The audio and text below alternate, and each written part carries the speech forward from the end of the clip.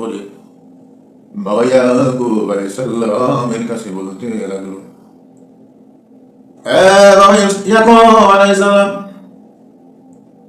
মিশরের জমিনের বাদশাহ আমাদেরকে বলে দিয়েছে যে আমরা যেন আগামী সপ্তাহে মানে দ্বিতীয়বার যখন মিশরে আগমন করিব, ওই সময় যেন আমরা মনে করে আমাদের ছোট্ট ভাই বিনিয়ামিনকে যেন সঙ্গে করে নিয়ে যাই হোক ভাই আমার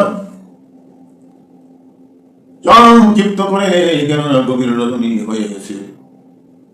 তো এখন প্রবাসের জমিনে অনেকে করে যখন বাসায় এসে খাওয়া দাওয়া করার পরে বিশ্রাম করিবেন, আবার সকালবেলা কাজের জন্য বাহির হয়ে যাবেন।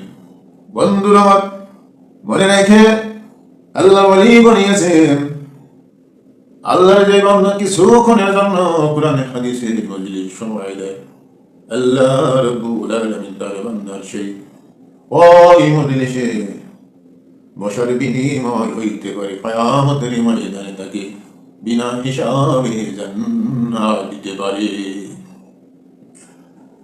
যাই হোক হযরত ইয়াকুব আলাইহিস সালাম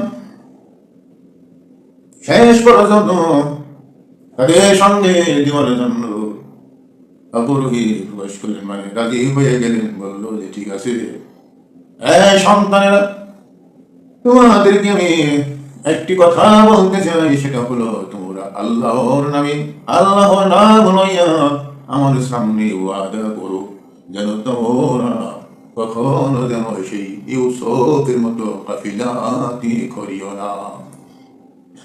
আর পক্ষান্তরে যদি তোমরা বেকুলার হয়ে যাও, মানে যদি তোমরা নিরুপায় হয়ে যাও, তাহলে সেটা আমি আল্লাহ রাব্বুল আলামিনের উপর ছেড়ে দেব। কেন না বাবা ইয়াকুব আলাইহিস সালাম বলেন, আল্লাহ রাব্বুল আলামিন ছাড়া আর কোনো গতি নাই। মানুষের সর্ব সময় নির্ভর করতে হবে এক মহান সত্তার উপর।